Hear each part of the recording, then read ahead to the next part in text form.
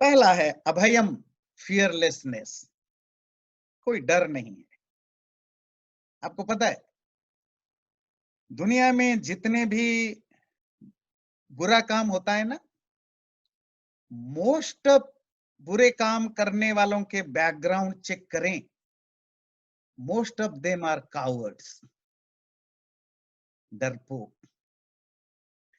वो लाइफ में जो जितना ज्यादा डरता है वो उतना ज्यादा वायलेंट, उतना ज्यादा दूसरों को यूज करने वाला बनता है। निडर अगर आप हैं, सांप भी चले जाएं, शेर भी चले जाएं, you know how to handle it, आप इनको नहीं मारते हो,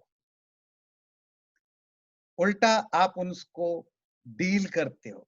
आपको पता है कैसे उनके साथ डील करना है। अगर आप डरपोक हैं, आपके घर में ककरोच भी घुस जाए आप उसको मार डालते हो। तो आप ककरोच को क्यों मारते हो? क्योंकि आप डरपोक हैं। लोगों में एक गलतफहमी है कि डरा हुआ आदमी क्या मारेगा, पर दुनिया में जो भी मारता है वो डरा हुआ ही मारता है। निडर आदमी बहुत माइनर वायलेंस करता है। ध्यान रखिए, जो लोगों में परसेप्शन है और जो ट्रूथ में कितना फर्क होता है। निडरता आती कैसी? जब आपको मरने का डर ना हो, जो होगा देखा जाएगा। बहुत लोग बाय नेचर नीडर होते, कुछ लोग स्टूपिड नीडर होते हैं। स्टूपिड समझते हैं, केयरलेस है, कोई फर्क नहीं पड़ता, कहीं भी कूद पड़ेंगे, गड्ढे में भी कूद पड़ेंगे, समुद्र में तैरना नहीं आता है तो समुद्र में भी कूद पड़ेंगे। वो नीडरता नहीं है, वो तो स्टूपिडिटी है। कभी कभी हम केयरलेसनेस को, स्टूपिडिटी को भी डेयरिंग समझते हैं या नीडर फियरलेसनेस समझते हैं। So we should know how to discriminate between a careless person, stupid person, and a fearless brave man. These are two different things. जो सोल्जर्स होते हैं, ट्रेंड सोल्जर्स, वो ब्रेव होते हैं, इसीलिए वो हर किसी को नहीं मारते। और जब मारना पड़ता है तो अपने आप को मरने के लिए नहीं जाते हैं, वो जाते हैं मारने के लिए, अपने आप को बचाते हैं। हाँ, लड़ते लड़ते मर गए वो अलग बात है, हर किसी ना किसी को तो मरना है। पर आप अगर लड़ने में चले जाओ क्योंकि आप फियरलेस, सो कल्ड फियरलेस हो, आप फियरलेस नहीं है, बेवकूफ है। वार के जोन में चले गए जे मैं तो लड़ूंगा, मैदान में खड़े होते ही गोली लगा, आप गिर पड़े और बोल के बन गए आप शहीद। ऐसे थोड़े ही शहीदी होती। अब स्टूपिडिटी को भी शहीदी का दर्जा दोगे, है ना? नहीं, डर नहीं होता है। जानने के लिए जानना पड़ेगा डर आता क्यों है। डर आता है मौत से। हमारे शास्त्र कहते हैं अभिनिवेश, मृत्यु के प्रति जो हमारे जन्म जन्मांतर से मरने से बचने का भाव डर बन जाता है। और जिसके अंदर जितना सबकॉन्शियसली मौत के प्रति न मरने की इच्छा जितना ज्यादा होती है सबकॉन्शियसली, वो उतना ज्यादा डरा हुआ होता है। इसीलिए आर्मी ट्रेनिंग में या पुलिस ट्रेनिंग में, कमांडो ट्रेनिंग में सिर्फ फिजिकल या मेंटल ट्रेनिंग नहीं होती है, उनको ये भी सिखाया जाता है मरने से क्या फर्क पड़ता है।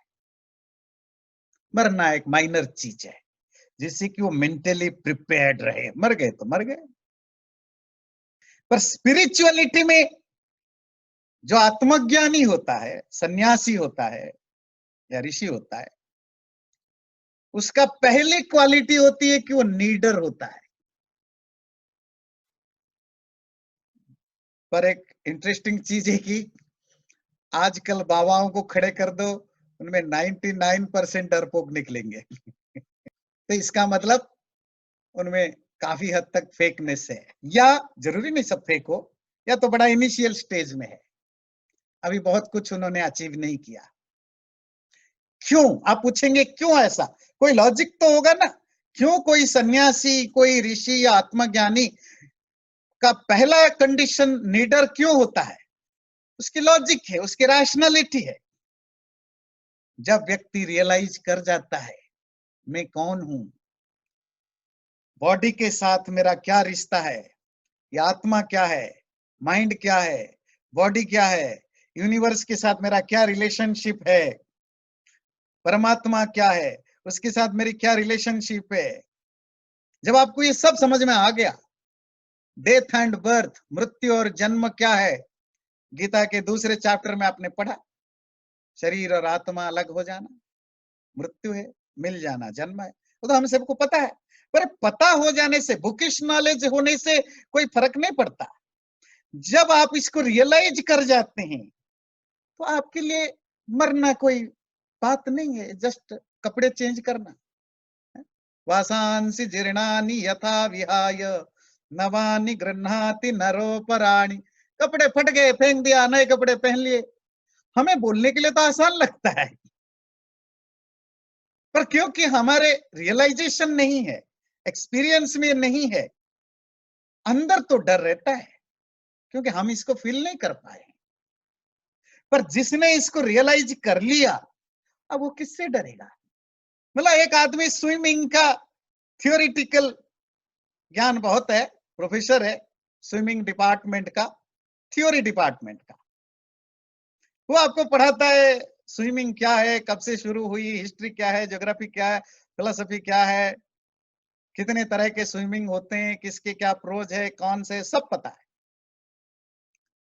जैसे हम लोगों को सब शास्त्र पता है या पता हो रहा है, उसको सब पता, एक्सपर्ट है, सेमिनार्स में जाता है, वर्कशॉप करता है स्विमिंग के ऊपर। और एक दिन समुद्र में गया देखने के लिए, फैमिली के साथ, दोस्तों के साथ। दोस्तों ने सोचा होगा स्विमिंग का प्रोफेसर है, धक्का मार दिया समुद्र में।